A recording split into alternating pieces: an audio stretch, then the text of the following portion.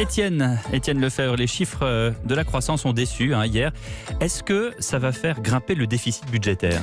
Eh bien non, pas nécessairement. 0,2% au deuxième trimestre, c'est évidemment une mauvaise nouvelle. Sur l'année, on sera en dessous de la prévision du gouvernement à 1,4%. Mais la différence va rester faible et surtout, ça n'empêche pas les impôts de bien rentrer dans les caisses de l'État.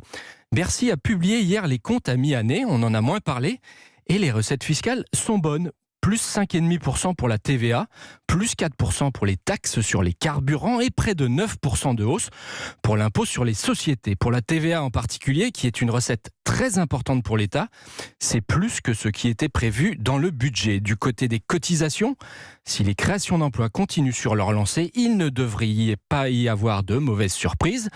Donc pas d'alerte à ce stade sur les comptes publics. Et donc pas besoin d'économies supplémentaires pour l'année prochaine. Alors ça, c'est une autre affaire. On a évoqué ici même, la semaine dernière, les 2 à 3 milliards d'économies recherchées pour boucler le budget 2020. La réunion de Matignon vendredi n'a pas permis de trancher.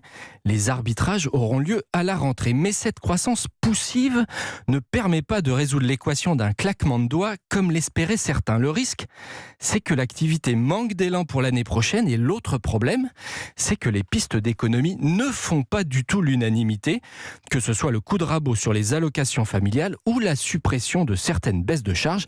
L'Élysée a dit non.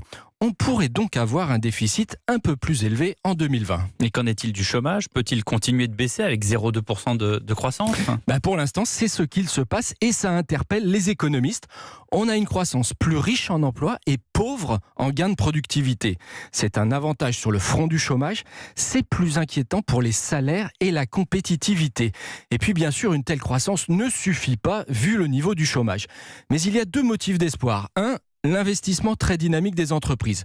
C'est bon pour la croissance et pour l'emploi à moyen terme. 2, les gains de pouvoir d'achat finiront bien par être consommés. Voilà pourquoi je ne contredirai pas Sylvain Courage qui indiquait à ce micro hier qu'Emmanuel Macron devrait tenir son objectif d'un chômage à 7% en 2022. Sauf vrai retournement en Europe, ça reste tout à fait faisable.